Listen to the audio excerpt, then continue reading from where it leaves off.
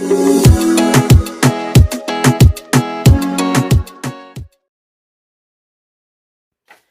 right, what's up, everyone? This is my weekly recap of my 75-day challenge.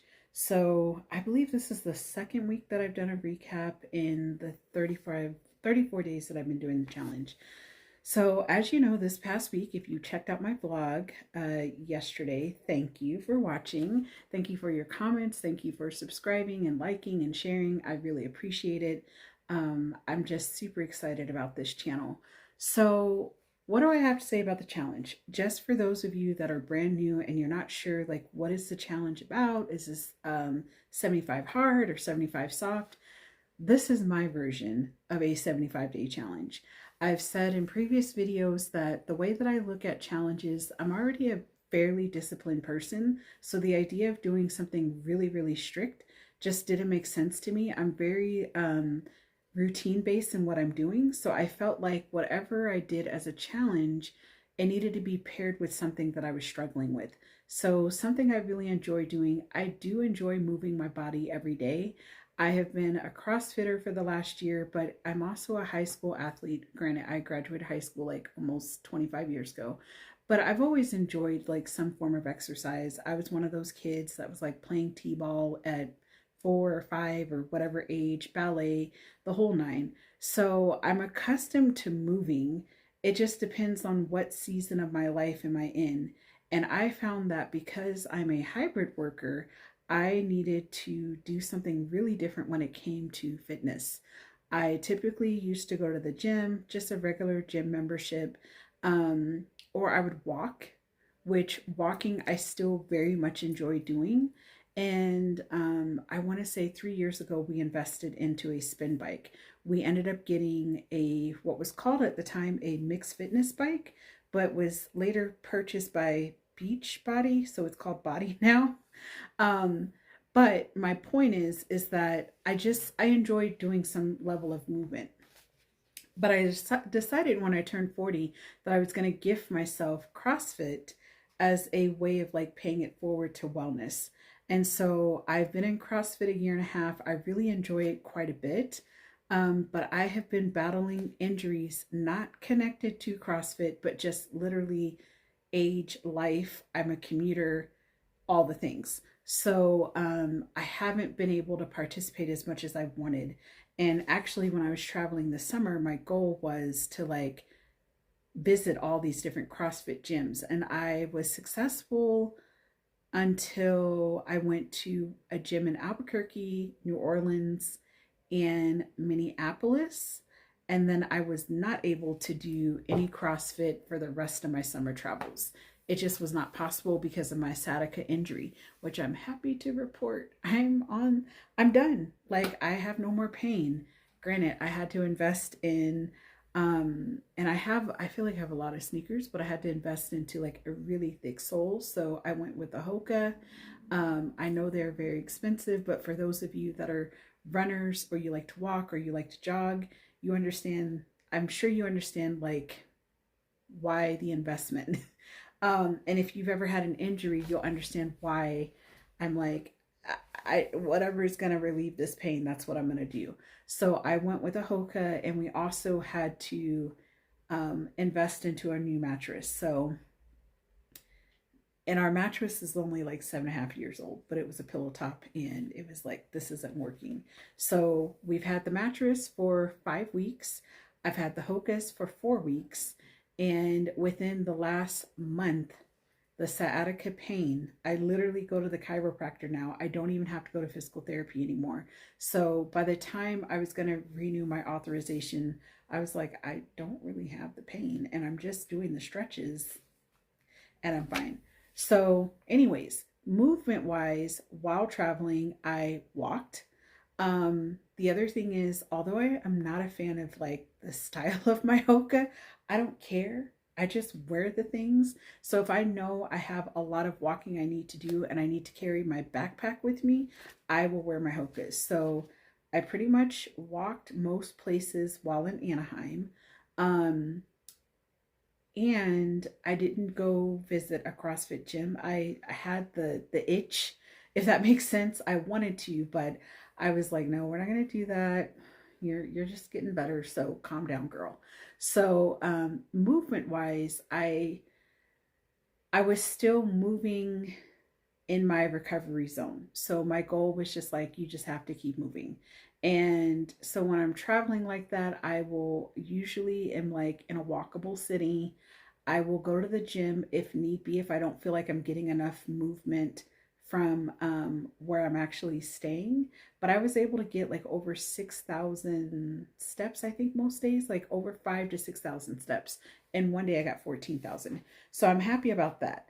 Now, let's talk about the writing portion of the challenge. So the writing portion is because I'm a doctoral student. I'm getting my doctorate in psychology. I've been pursuing this degree. I went back to school. You can see my shirt, U of A Global Campus. Shout out to the Wildcats, even though I am a Carolina Gamecocks fan. But I returned back to this university in September 2020. I am in the midst of my chapter 2, and I'm in my third 9 weeks of doing chapter 2. Now, there is a little caveat to all of this. So, when I got into this part of my program, unfortunately, my work life, there was no balance. And I'm pretty confident I've said in other videos that when I told my new academic dean, like, yes, I'm a doctorate student, I honestly feel like she was like, oh, you're a doctorate student? Here's some more things that you need to do. By the end of the semester of last academic year, we had a big talk because I was like, I can't, like, I feel like I'm doing my job. I feel like I'm an assistant dean. I am managing this grant that I was really iffy about getting. Not that I didn't want the grant for the students. I was really iffy about, like, I've never managed a grant before. I don't really know how grants work at this institution. Just, I'm one of those people, like, I want a clear plan on what I'm doing. I can be a little rigid in that sense, hence why my 75-day challenge is set up the way it is. And so it really affected my writing. I did not have the courage to say no yet. I say yet. But by the time I entered the first 9 weeks of doing chapter 2, this was when I had to apply for a $310,000 grant for the program that I'm over, which is early childhood education. For those of you that don't know, I teach full time at a community college. So that grant was 42 pages long. And let's be real, chapter 2 of your dissertation or applied doctoral project is 30 to 50 pages. Well, yeah, the grant took up that time. That was just applying and hoping that we got the grant. By the time I got into the second course of the chapter 2, that was it? No. I think I finished the first course of chapter 1 because I had to go through that cycle twice. So that was 9 weeks. So that was 18 weeks. Then I entered the chapter 2, I think in the summer. But by summer, I was beyond burnt out. So burnt out in a way that I needed to pause on everything. Not just teaching. I didn't teach this summer. I also did nothing as an entrepreneur. I pretty much kept my promises as far as like what I said I was going to do as an entrepreneur, but that was it. I didn't do anything else. And I did the minimum when it came to the paper. I was traveling. I needed a break. I did what I had to do. But I knew when I was done traveling, I was going to dial in and get it done. And that's what I started doing. But I'm pretty sure my chair feels like it's a little too late. But here's the deal. When you don't have anything to give, you don't have anything to give. I'm like, so what? You wanted me to write 5 pages of fluff and what? I was going to end up having to rewrite them anyway. So it's just very counterproductive in my opinion. And she always gave me the choice of like canceling sessions, when I meet with her weekly if it wasn't going to work for my schedule or whatever. So that's what I would do. So that's the gist of the challenge. That's what caused me to create a challenge. And so my goal is in the course of these 75 days is to finish chapter 2, embark on chapter 3, get back to my normal speed of CrossFit, meaning I'm not just going 2 to 3 days a week. Like I want to go 4 days a week. That's what I want to do. So this week, y'all know I'm traveling again. I have a friend getting married on Thursday. Yes, on a Thursday. But shout out to all the brides because I hear it is much cheaper to book venues during the week than to book them on the weekend. So I respect that and I get it. Not even upset. So that means I need to leave on a day that I'm off. I'm off for Veterans Day and I will work remotely on Tuesday and Wednesday and then take personal days on Thursday and Friday, fly back on Friday, and then stay the night in the city.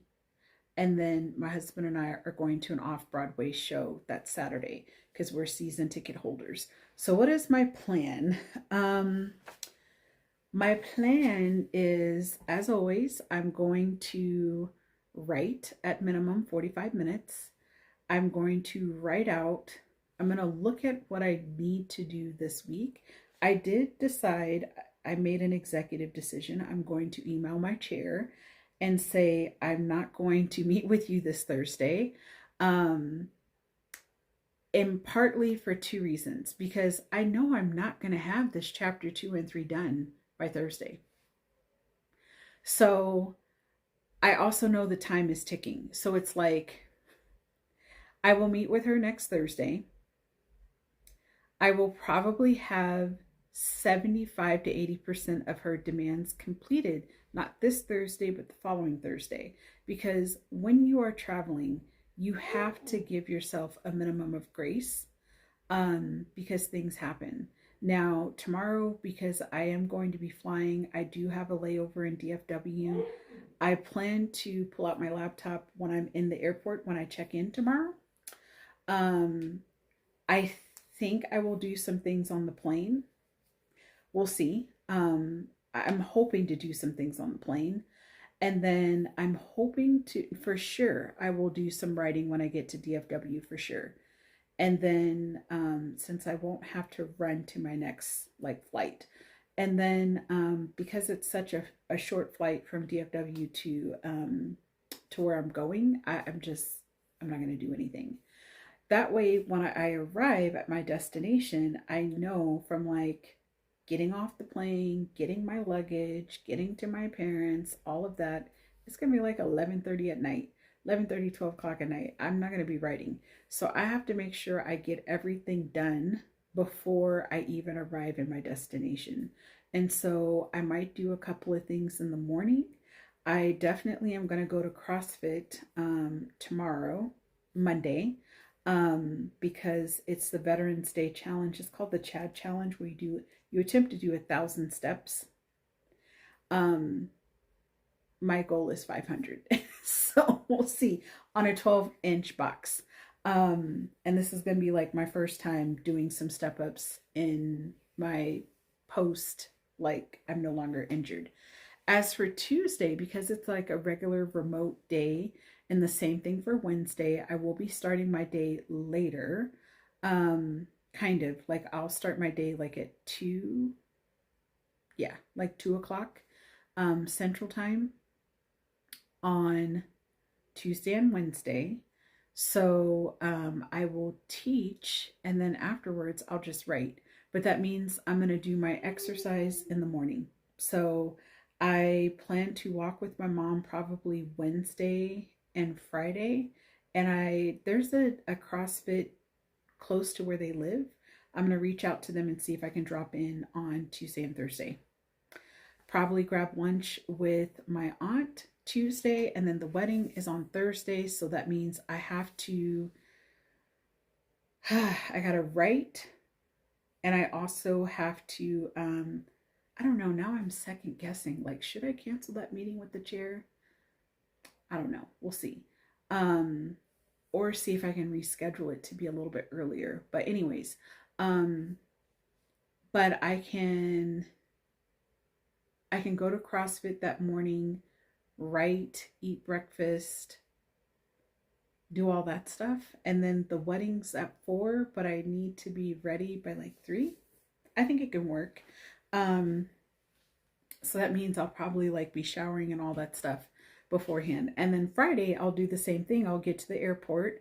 I'll go ahead and like open up my laptop, prep some things, work on the plane, make great use of my time.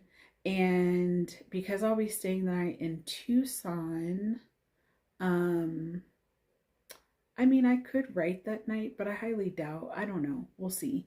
But I'm really going to try to make a concerted effort to do some writing on the plane on Friday. But that's my plan on how I'm going to tackle the travel. I will keep you guys posted next week during my recap, and we'll see how it goes. So, all right. Until next time, y'all continue to be blessed. If you're doing a 75-day challenge, let me know in the comments. Thank you for liking and subscribing and commenting. I really appreciate those that have been supporting this channel and just making your comments. I really enjoy engaging with the community. I usually post daily shorts of like me working out, not me working out, but my workout photo. And I don't post it until I have already worked out and I have also did my writing for the day. So you can follow there. And then I've also been posting daily, like my daily check-in on how I'm tackling the day. So you never know. If you want to hear about that journey every day, you can always check it out. All right, guys.